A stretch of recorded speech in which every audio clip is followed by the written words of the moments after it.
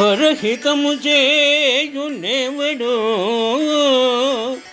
పరమహితుండగును భూత పంచకమునకు. పరహితమే పరమధర్మము, పరహితునకు నెదురులేదు పర్వేందుముకి.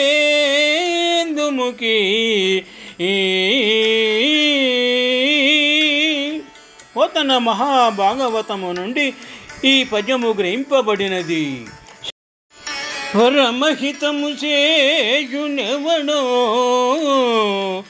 పరమహితుండగును భూత పంచకమునకు. పరహితమే పరమధర్మము, పరహితునకు నెదురులేదు పర్వేందుముకి.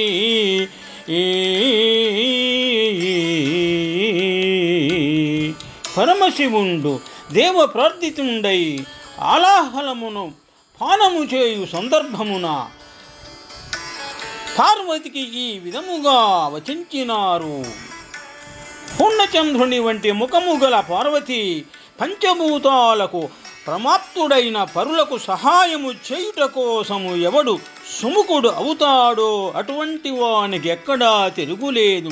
పరోపకారమే పరమోత్తమ ధర్మమని పరమశివుడు పార్వతీదేవికి వచించినారు.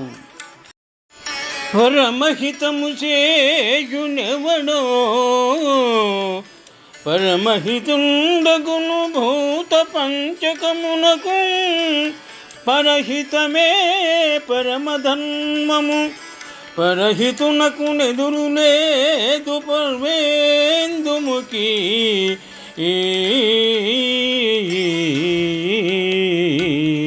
పరమశివుండు దేవ ప్రార్థితుండై ఆలాహలమును పానము చేయు సందర్భమున పార్వతికి ఈ విధముగా వచించినారు. పరమహితము చేయునెవడో పరమహితుండగును భూత పంచకమునకు. పరహితమే పరమధర్మము, పరహితునకు నెదురులేదు పర్వేందుముకి.